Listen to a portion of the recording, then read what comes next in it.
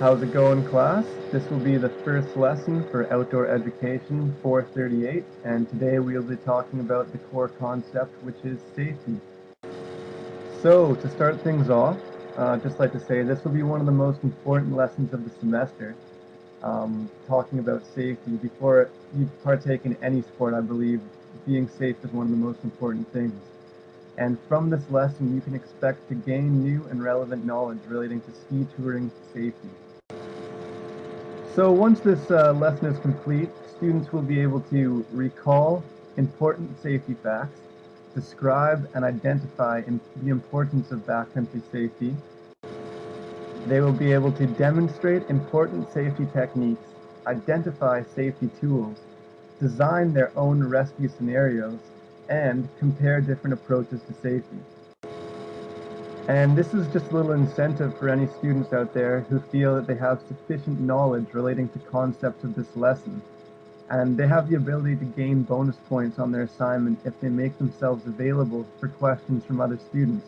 I feel it's very important to both students if they converse among each other and answer questions between themselves, because it really gives both people a better understanding of the content rather than just getting questions and answers from me. So an introduction, proper safety is the most important aspect of this sport in my mind. Snow conditions can change daily from many different aspects, including but not limited to sun exposure, different wind, temperature changes, and snowfall.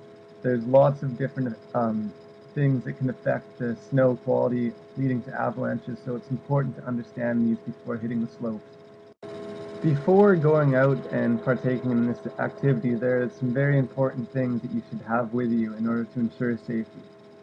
So to start, warm, waterproof outdoor gear, including packed layers in your backpack in case of sudden weather changes. One of the things I go by is it's always easy to take things off, but if you don't pack enough warm layers, then it could get really bad if you're stranded somewhere without enough warm clothing. To continue, a backpack with a shovel, a probe, a map of the area, current up-to-date weather forecasts are all very important as well. And one of the most important things for safety is an avalanche beacon, which we will continue to talk about in the upcoming slides. And also proper fitting skins for the underneath part of your skis, which will enable you to hike up hills before you ski down them. As I mentioned before, in my mind, the most important thing for backcountry skiing is to always have your avalanche beacon or transceiver with you. And what it is, it's a small personal device that emits a radio signal.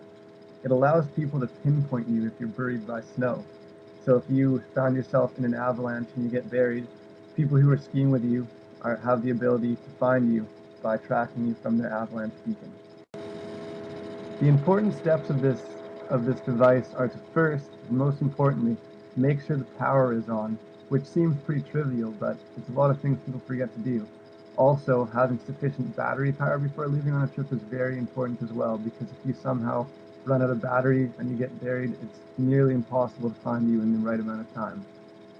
So what these do is, following an avalanche, someone in your group gets buried, you switch the transceiver from transmit to receive mode.